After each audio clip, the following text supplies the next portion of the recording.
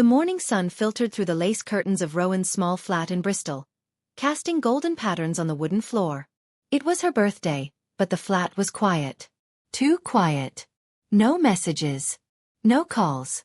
Not even a post from her sister. Rowan sat at the edge of her bed, staring at the untouched slice of Victoria sponge she had bought for herself the night before. She had told no one about her birthday this year.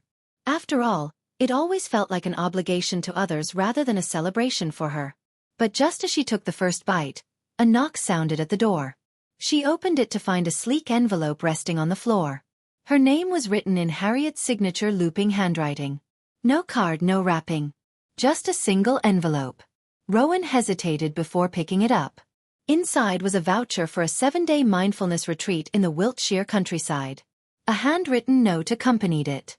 Thought you could use this. Maybe you'll come back less emotionally volatile. Rowan's hand trembled. Emotionally volatile. Those were Harriet's words. Of course.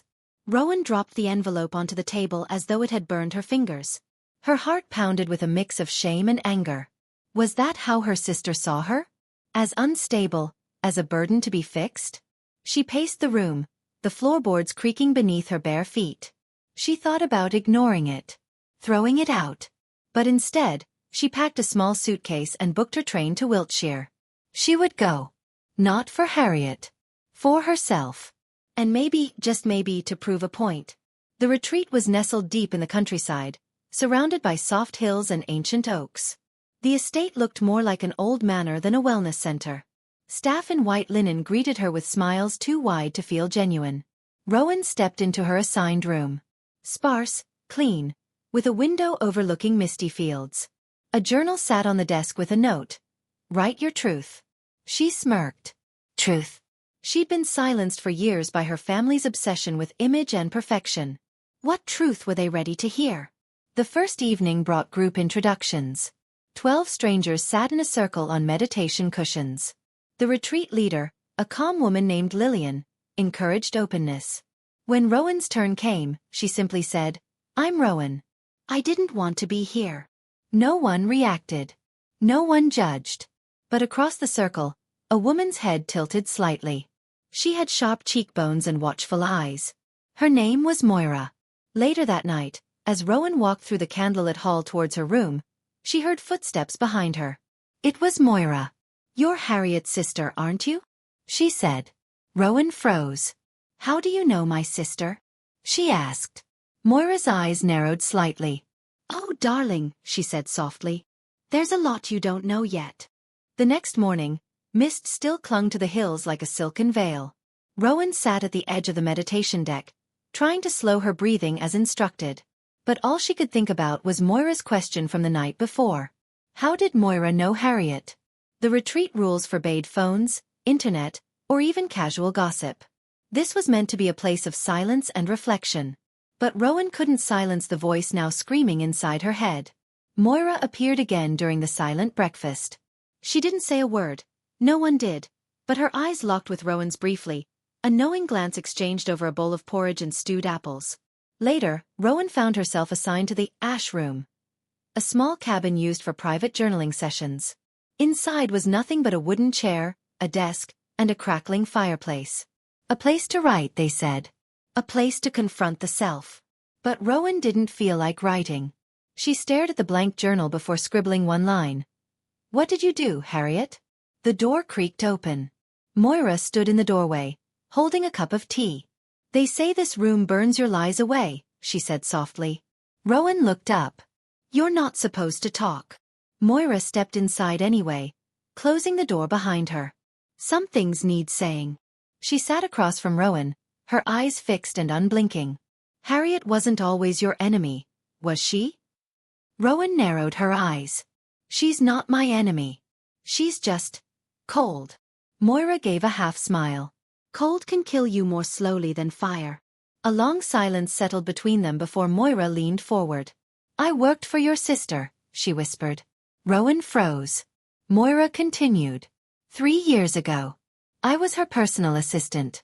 Until she ruined me. How? She buried evidence of a wellness program scandal. A young woman had an episode after one of Harriet's mental detoxes.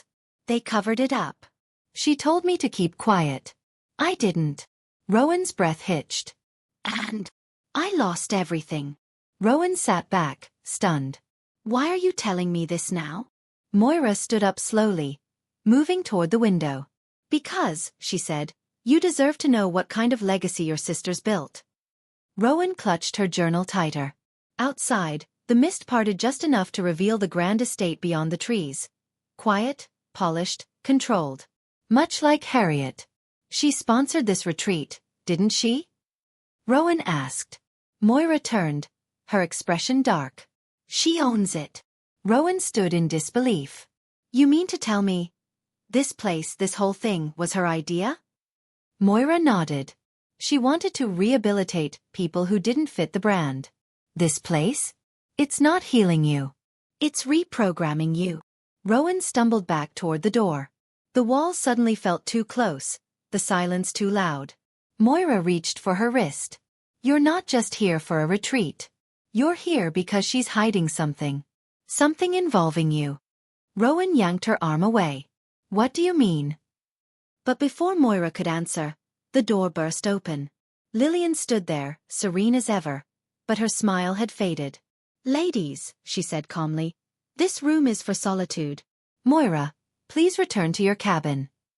Moira didn't argue. She gave Rowan one last look, something between apology and warning. As she slipped out, Lillian turned to Rowan. Don't let other people's stories cloud your process, Rowan. This is your healing journey. Rowan nodded slowly, but her hands were shaking. She looked down at her journal again. The page had caught a small ember from the fire, curling at the edge. And beneath her scribbled words, another line had appeared. Light, barely visible, as though someone had written it long ago. You were never meant to leave this place. Rowan barely slept that night. Her mind reeled with questions. Why would Harriet sponsor a retreat only to hide her darkest secrets in plain sight? And if Moira had been telling the truth, then why invite Rowan of all people? When morning came, the fog had lifted, but a chill still hung in the air. The stillness of the estate now felt less peaceful and more staged, like the quiet in a theater before the curtain rises. She wandered alone through the stone paths winding between herb gardens and shallow ponds, trying to settle her thoughts. That's when she saw it. A gate hidden behind a tall hedge near the west end of the property. It was cast iron, rusted at the joints, and locked with an ornate brass mechanism. The sign read only one word, carved deeply into the wood. Haven. Rowan pressed her fingers to the cold iron, something about the word unsettling her. It was too gentle, too innocent, like it was trying to mask what lay beyond. Curious place, isn't it? Rowan jumped. It was a man's voice, calm but deliberate. She turned to find a retreat guest she hadn't noticed before. He wore a simple linen shirt and boots muddied from the garden. Name's Ellis, he said, offering a hand. Didn't mean to startle you. Rowan hesitated before shaking it. Rowan, you shouldn't be here, he said, glancing at the locked gate. That part of the grounds is off limits. Staff get strange if you ask about it. You've asked. He smirked. I'm a landscape architect. Can't help being drawn to old gates and secrets. Rowan nodded slowly. What's behind it? No one's been able to tell me. But I've seen people go in. Mostly at night. Always staff. Rowan felt a chill at the base of her neck. Have you seen Harriet here? Ellis tilted his head. The donor woman? No. Just her name on the wall in the solarium. A sudden gust of wind stirred the leaves around them, and Rowan stepped back. Ellis gave her a look. Be careful, Rowan. Places like this, they don't always want to be understood. She left the gate reluctantly, her thoughts spiraling. She couldn't shake the feeling that whatever was behind it held a part of Harriet's real purpose for the retreat. Back in her cabin, she dug through her suitcase for the small photo she kept in her journal. One of her and Harriet as children, sitting by the seaside. It was faded now, but Rowan remembered the exact day it was taken. Their mother had insisted they smile even though Harriet had just pushed Rowan into the cold sea minutes earlier. Still, Rowan smiled in the photo. Because back then, she wanted Harriet to love her. She turned the picture over. Something was written on the back. It hadn't been there before. It read, You remember only the surface. Look beneath it. Her breath caught in her throat. She hadn't brought a pen. No one had touched her things. The knock on her cabin door startled her. Lillian stood outside again, but this time, her expression was sharper. Rowan, she said. You've been selected for the deep silence retreat in the inner wing. Pack only what's essential. You'll be there for the next 48 hours. Rowan blinked. What is the deep silence? Lillian's voice dropped lower. A special path for guests who are close to breakthrough. It will help you see what needs to be seen. That night, Rowan stood at the edge of the property once more. The stars above were dimmed by cloud, and the wind had picked up. Ellis's warning echoed in her ears. They don't always want to be understood. She glanced once more at the locked gate of Haven. Then she turned toward the inner wing, where answers, or perhaps more questions, awaited in silence. And as she stepped inside, the doors closed behind her with a sound that didn't quite resemble wood. It sounded more like metal. Like a cell locking shut. The inner wing was nothing like the rest of the estate. Gone were the light wooden beams, the warm stone floors, the herbal scents. Here everything was stark. The corridor Rowan stepped into was painted a muted gray, lit only by dim sconces that barely pushed back the shadows. The air was colder too, and heavier, as if the walls held more than just history. Lillian handed her a folded robe, pale cream with a single embroidered symbol near the collar, an eye closed in meditation. You'll wear this throughout your stay, she said softly. Silence begins now. Rowan opened her mouth to ask a question, but Lillian merely placed a finger to her lips. Then, without another word, she turned and walked away, her footsteps fading into the distance. Rowan was left alone. She walked slowly down the corridor, passing doors marked only by Roman numerals. At door 7, she found her name engraved on a small brass plate. The room inside was minimal. A bed, a journal, a chair facing a window with no view. No mirror, no clock, and no voice. A note lay on the bed. Just 5 words, in careful cursive. Write what you've forgotten. Rowan sat down and stared at the blank journal. Forgotten? The word echoed in her head. She hadn't come here to remember. She came here to escape. But the stillness clawed at her mind. And when she closed her eyes, images came unbidden. Harriet pulling her arm too hard during a childhood game. A letter she wasn't meant to read. The way their mother always looked at Harriet like she was the precious one. Hours passed. Or maybe days. Time didn't flow naturally here. Each morning, a bowl of broth appeared at her door. Each night, she heard footsteps, always soft, always stopping just outside her room. But when she opened the door, no one was ever there. The silence was no longer peaceful. It was suffocating. And then, on what might have been the 3rd day, the journal she'd barely touched changed. Words appeared that she hadn't written.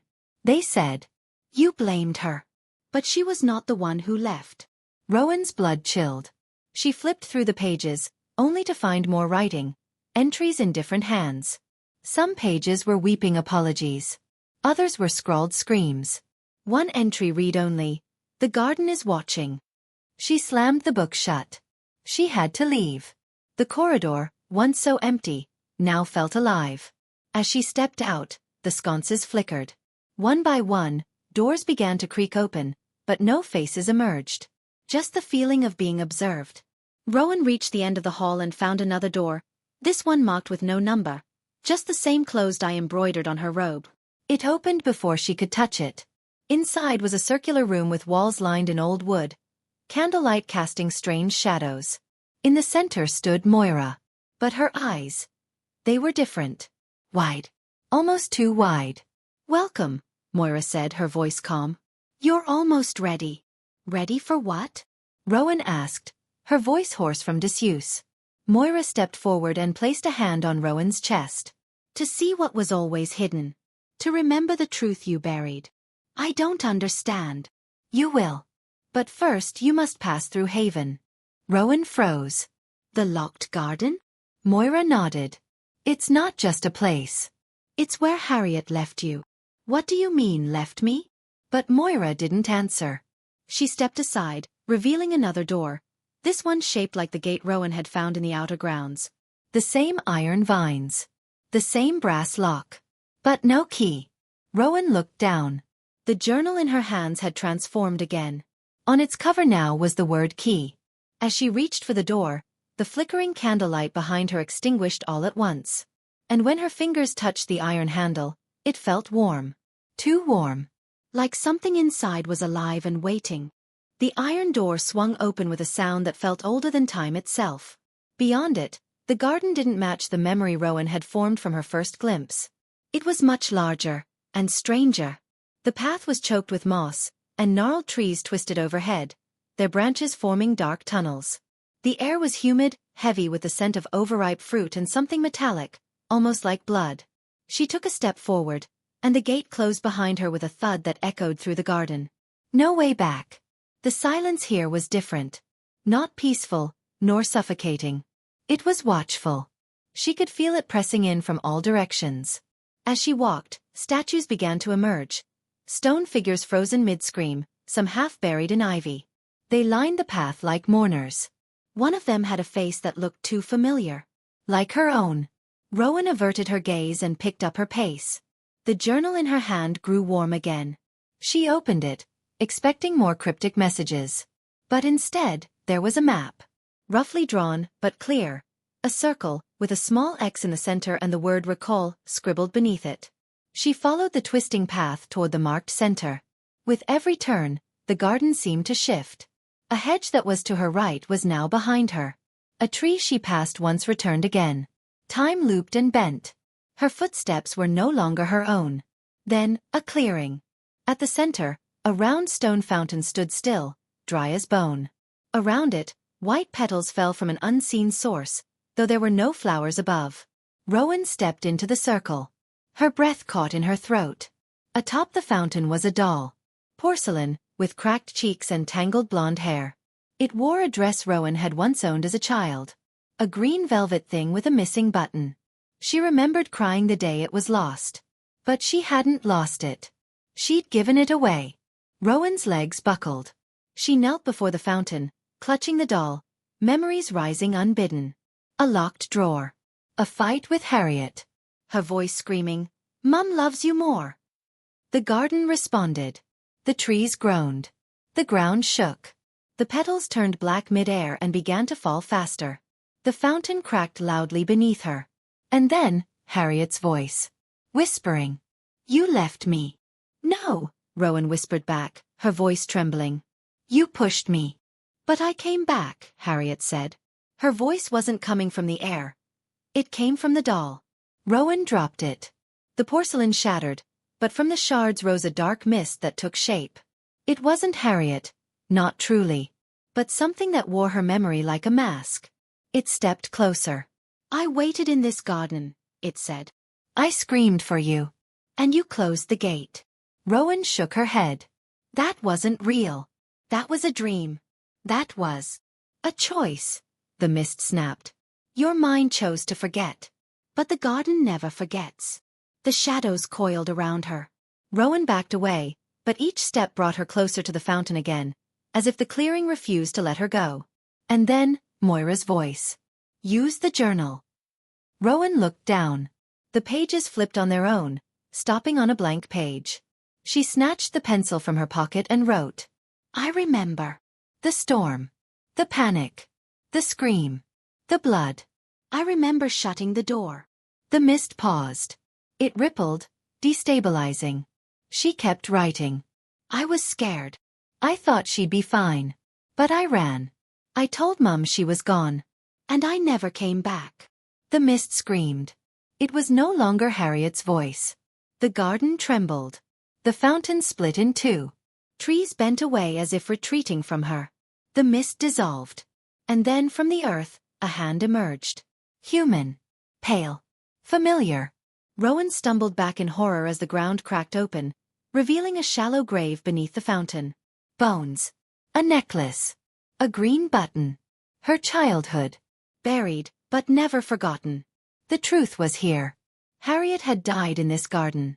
And Rowan had buried the memory with her. The grave lay open.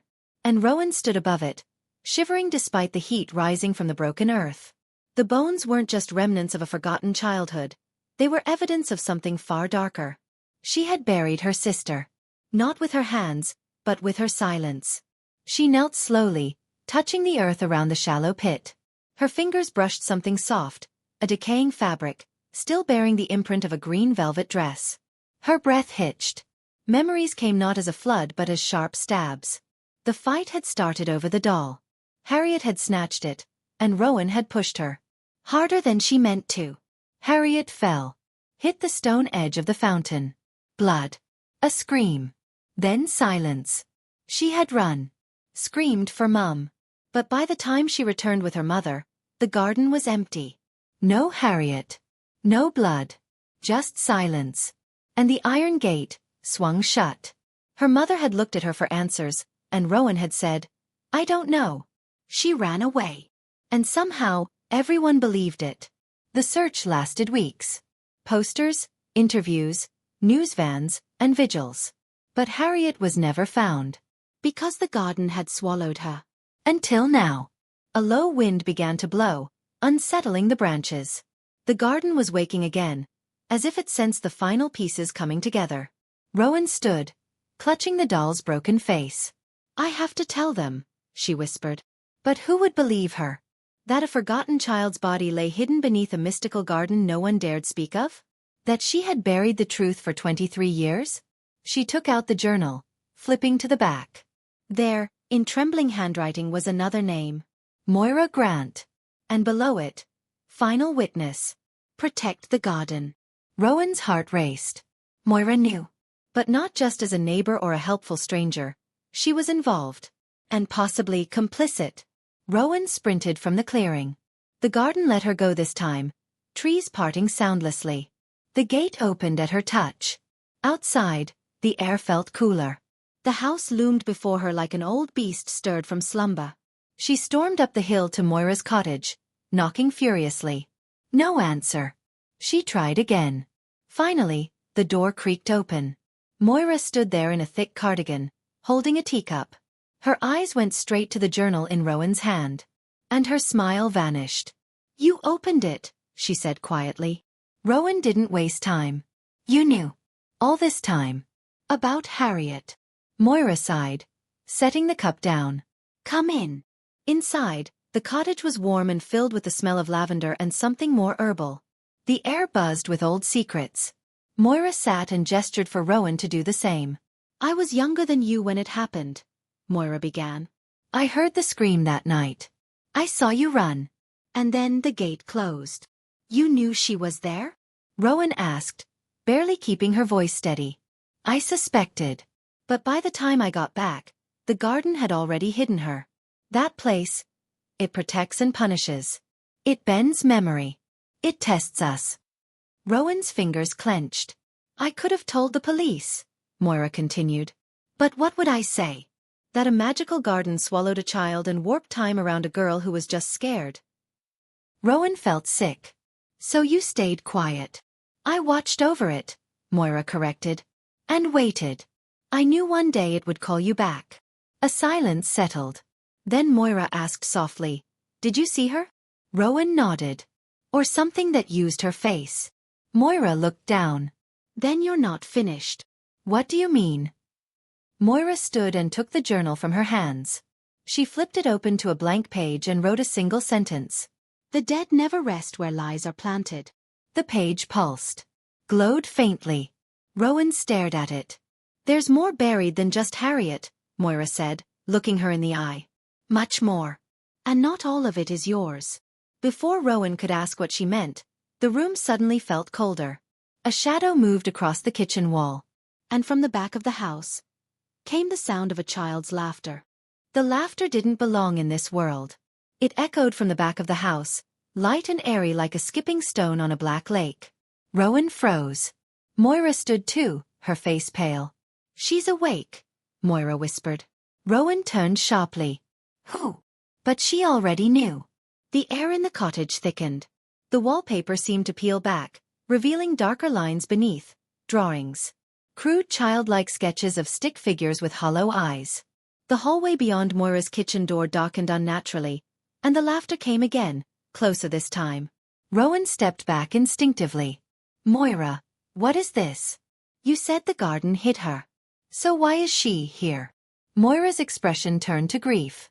Because she was never truly gone. The garden doesn't bury the dead. It binds them. Binds them to what? To us.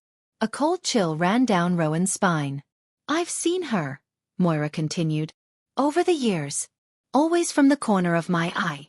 In the garden, in mirrors, sometimes standing by my bed. She never speaks. But I know it's her. Rowan felt a scream building in her throat, but swallowed it. She's trying to tell you something, Moira said. I don't want her to. But you must. Or she'll never stop. Suddenly, the lamp beside them flickered. The teacup Moira had left on the table cracked with a high-pitched ping. And a voice, childlike, fragmented, called out. Rowan. It was unmistakable. Harriet's voice. Rowan's knees buckled slightly. Moira reached for her hand. You can't keep running from this, she said. Go to the room at the back. It used to be hers. Rowan shook her head. You expect me to walk into a haunted room because a ghost asked nicely? But something deep inside her already knew she would. She turned toward the darkened hallway. Each step made the house creak in protest. The door at the end was slightly ajar, as if expecting her. Rowan pushed it open slowly. Inside, the room was dim. Dust floated through shafts of muted light. On the wall, faded pink wallpaper peeled away to reveal childish scrawls. H.R. A crude picture of two girls holding hands. In the corner sat a music box. She recognized it immediately. It had been Harriet's. A ballerina twirled silently atop it, her tiny hand frozen mid-dance. Rowan stepped forward and wound it once. The melody that spilled out was broken, discordant. A lullaby twisted by time. As it played, the room changed. The air grew icy. The shadows lengthened. And in the reflection of the small cracked mirror by the window, Rowan saw her. Harriet. But not as she remembered. This version was pale, her dress torn and dirty, her eyes dark and unreadable. She didn't move, only stared. Rowan turned to the mirror. Nothing behind her. She turned back. Harriet was closer. A whisper brushed her ear. You left me. Rowan choked. I didn't mean to. You let me fall. Tears streamed down her face. I was a child. I was scared. You lied. The air turned sharp, like needles pressing against her skin. The music box stopped abruptly, snapping shut on its own. Rowan fell to her knees. I'm sorry. I'm so sorry. Then, something in Harriet's expression changed.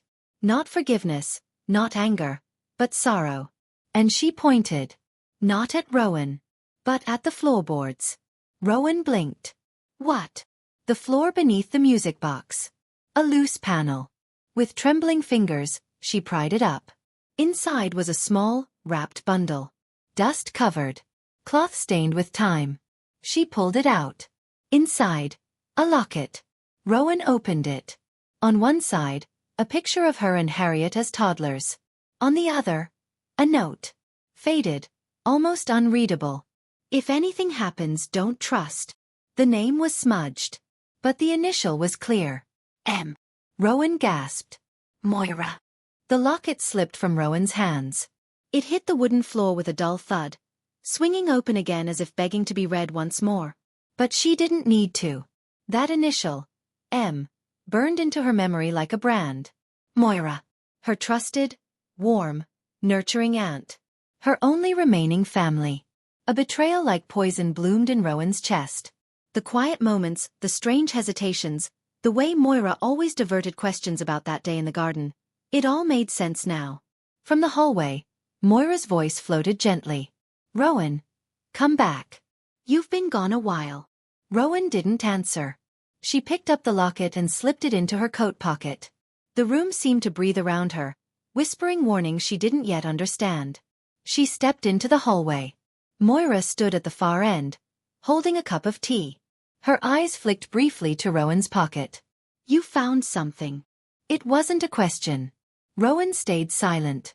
Moira sighed softly, placing the teacup on a side table. I was hoping you wouldn't. Rowan took a step forward. What did you do, Moira? Moira didn't respond immediately. Instead, she looked tired. Decades older. Her face sagged with some invisible weight. I didn't mean for it to happen, she said. It was raining. You two ran outside. I was on the phone with your mother, telling her I couldn't keep watching you girls every weekend. I turned around, and Harriet was gone. That's not what the locket says. Moira flinched, but continued. I searched the garden for hours. And when I found her, it was already too late. Rowan's fists clenched. Why didn't you call the police? Because it wasn't just a fall. Harriet didn't trip. Moira's voice broke. She was pushed. Rowan stared at her in disbelief. By who? I don't know. But it wasn't you. The room spun. Then why did you let me believe it was? Moira closed her eyes. Because I needed you to forget. I needed both of us to forget. I thought if I buried the truth, if I locked away her things and never spoke of her again, it would fade. But she didn't fade. Moira opened her eyes. They were wet with guilt. No. She stayed. Rowan stepped back. All these years, you let me carry that guilt. That weight. I was scared. And ashamed. The silence stretched. Rowan's breath was ragged. The shadows in the house deepened. Somewhere, faint music began to play, the same broken melody from Harriet's music box. And then the floor shook. A low rumble, deep from the earth beneath the house. The lights flickered violently. Moira turned pale. She's not finished. The sound of a child sobbing echoed from the garden. Rowan turned on her heel and ran. Out through the back door, past the moss-covered paving stones, into the heart of the garden. There the roses were in bloom, unnaturally red, their petals like velvet soaked in memory. The old willow tree loomed, and beneath it, the ground cracked open like a wound. A small white shoe poked from the soil. Rowan dropped to her knees, hands trembling. Harriet. Her voice came as a whisper in the wind. Now you see. Moira staggered after her, eyes wide in horror. I buried her, she confessed, voice hoarse. I didn't know what else to do. I was alone. Panicked. I thought it was an accident, but then I saw the mark on her head. I knew something worse had happened. Why didn't you tell anyone? Rowan's voice cracked. Because no one would have believed me. I didn't believe myself. Rowan reached for the shoe, gently brushing away the soil. But as she did, the earth shook again. A deep moan, like the groan of centuries. And then she saw it. Another hand. Small. Pale. Reaching out from beneath. Not Harriet's. Another child. Rowan gasped. There's someone else. Moira's face went slack. No. That's not possible. But Rowan knew better. This wasn't just about Harriet. This garden held more than one secret. More than one ghost. Rowan turned to her aunt. What is this place? Moira fell to her knees, whispering, I don't know any more. But Rowan did. This wasn't just a garden. It was a graveyard. A place of memory, of guilt, of truth. And it was waking. Harriet's voice drifted once more, faint but clear. You're not the only one who was forgotten. And then the willow groaned, and the garden bloomed in crimson.